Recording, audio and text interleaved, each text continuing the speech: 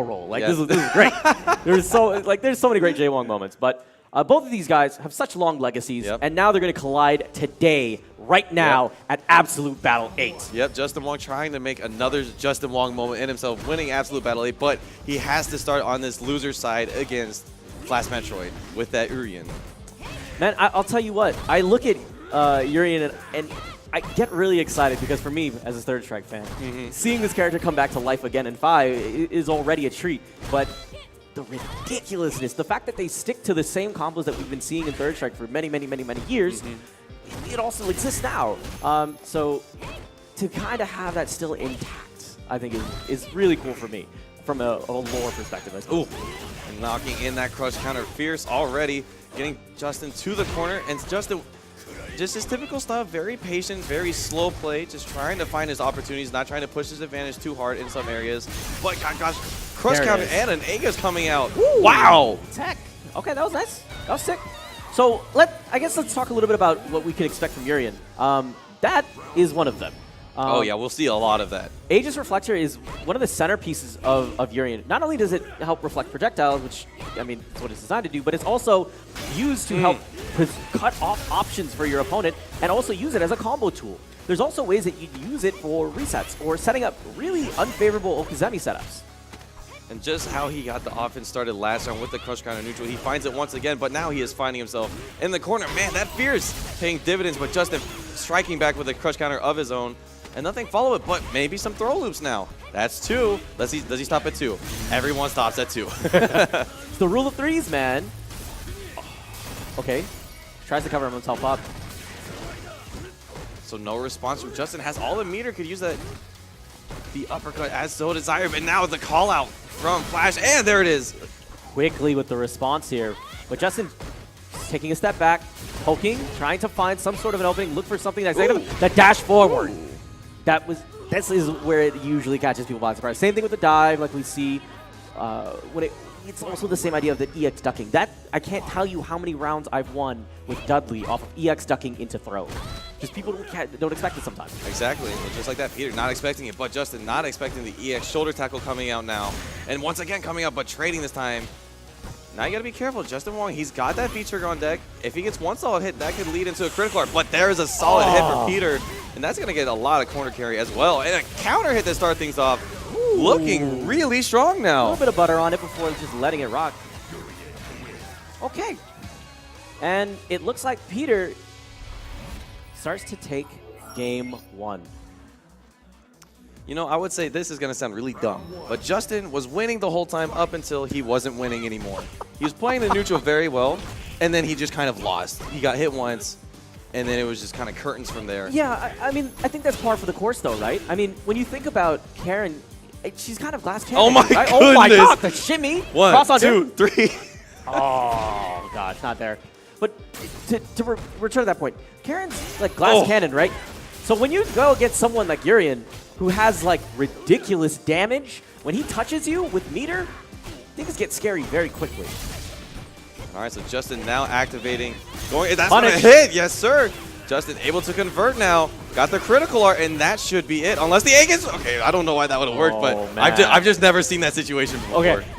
Oh, wait. What's the follow-up here? He still has another Aegis Reflector, so Justin's got to be careful of that. There it is. Nice throw tech.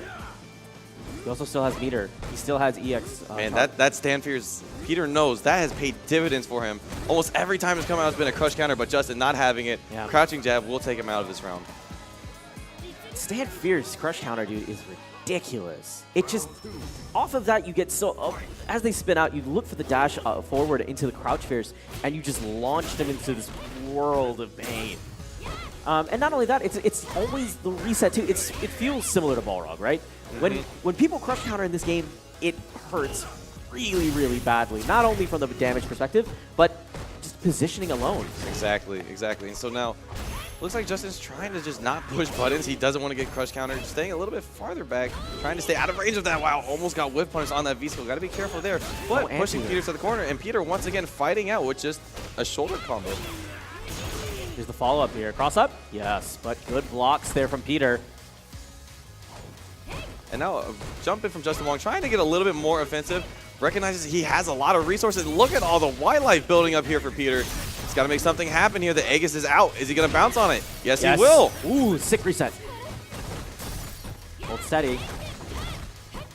Okay, so just trying to keep the pressure up. He ends early. He doesn't want to take any unnecessary risks here. He wants to make sure that he has enough meter to finish him off with this super.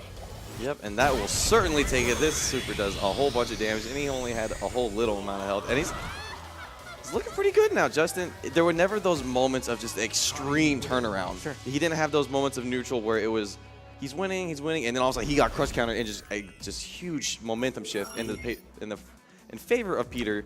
Justin keeping it a little bit slower, a little bit under control more, and that's why you see it. Justin taking that round. Okay, sets it up again. I like what you're talking about earlier is this idea of control. I agree with you. It feels like there's ways that you can play this game to people's tempos, right? It's the idea of we're going to play upbeat, we're going to be fast, and if you're a defensive player, you're kind of left high and dry. Right. So you have to find ways to slow them down, and usually it's through ways of anti-airs, poking, counter hitting, finding these ways that just say, okay, I'm going to condition you to chill out. Exactly. You use your offense defensively in a sense. And now Justin, it looks like he's trying to find his control in a sense. If he doesn't feel like he has control, then he stays out of the situation. But now Peter in full control activating the Aegis no longer has it. Justin losing some health from that, but still has the life lead and the critical art on deck. Good pose. May not need it. No. That fear is coming out from Peter, and we know that has been very successful, and not even needing to use resources there. Justin looking like he's made the correct adaptations after that first game. This is what a champion is made from. We're looking at an EVO champion right now. We are looking at someone who's been through all those tests, those grueling hours. Not even just an EVO champion, a multiple-time EVO champion. Not just one, not just two. This man has stood the test of time and has constantly been here. And one of the things that you learn, that is one of the most beautiful traits of esports in general, is this idea of adaptation. And JWong is the perfect example of a thinking man. If you want to learn a thinking man's game, watch how JWong plays this. He's adapted beautifully throughout this set. And this is the reason why he's up right now. Back throw puts him back into the corner. Oh, but catching the low forward now, going into the Aegis. No, doesn't connect, but able to get his way out of the corner relatively unscathed. And once again, not completing the combo. Okay. And JWong's going to be able to complete with the critical art. Tried and true. Man, I'll tell you what I miss is when the crowd laughs along with her. Oh, man. Are you hinting at something here? No. There you Yeah, we got him. We got him. I was about to say, you're smooth, Neptune. You're smooth. I miss try the to be. crowd doing this before it happens. See what you're trying to do. Oh, man.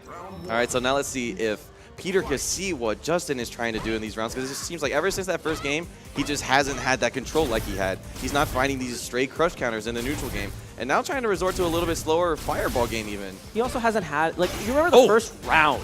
He had these super intricate, crazy punishes. Now, he's kind of finding the bread and butter, the tried and true. He gets the meter, and he gets the crush counter. That's going to be a follow-up here. Takes him with the assistance of the corner, is going to get those 5 golden letters. Shout out to old school memes. I had to do it. I'm sorry. That's okay. I don't blame you. All right. Oh. So Peter responding with a perfect. He says you can't spell Peter without the P. And getting it now, but I like that. a drop combo now and a setup for Justin. Just getting a jump and then fighting back with Peter on the wake up with normals. And just right back to that neutral game. So we saw Justin has had a lot of success recently.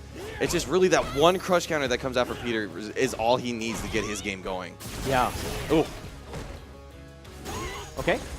Zone it. Saying you don't get to get into your ranges. I'm ahead now.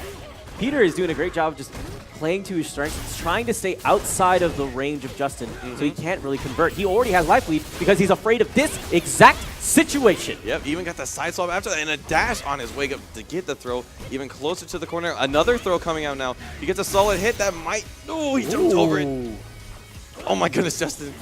You're jumping around these Aegis as they're so close to you, not afraid. Nice throw tech there, breaking the last bit of the Aegis. Just missed it. Gonna be safe here. Oh, he tried to that could have been it. Wasn't He ready got it. for it, and wow. Peter. For the first time this set, using that EX headbutt, able to close it out now. 2-2, Neptune. This guy's so cool. I love. Even now, I still get excited watching Peter play, man. It's awesome. So now, get back to it. Both of these guys, losers, top 8. Yep, so that means whoever wins this will move on, and the loser of this will be sent home. But it is not over yet.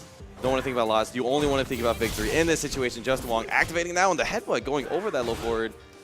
And Peter playing a little bit more actively, trying to move his way forward with his normals, not walk his way. But Justin walking his way forward, throwing his way forward right now, and finding Peter in the corner.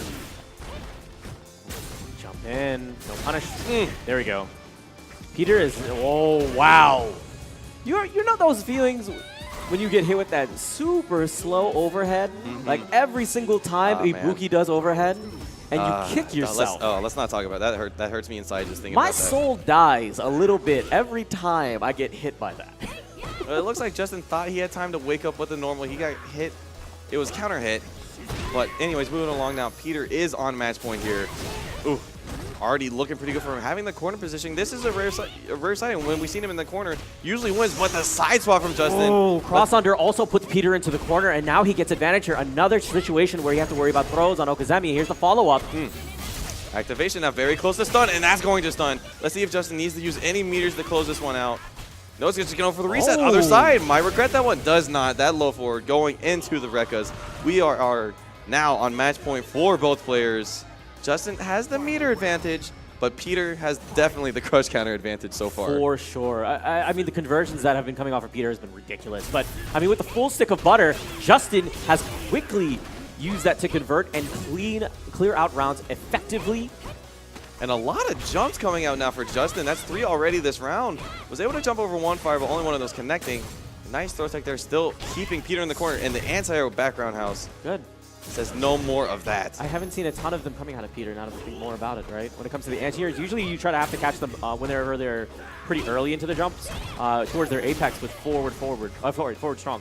But, didn't have the V trigger to activate there. If he did, that could have been it. But now Peter finding an opportunity, but nothing following. Oh, a little bit too late there trying to find the throw baits. Justin getting really, really tunnel vision on that roundhouse. Wants the cancel. There it is, and he got the cancel. Oh, he took the patience. Shimmy back and forth, saying, Peter, hit a button. Crossover. Oh, goes overhead. There's the follow-up, and that's the conversion, and that is all she wrote. Justin Wong will continue through loser's bracket. Peter, unfortunately, will find his run ending right here at Absolute Battle 8. A strong finish, 7th place.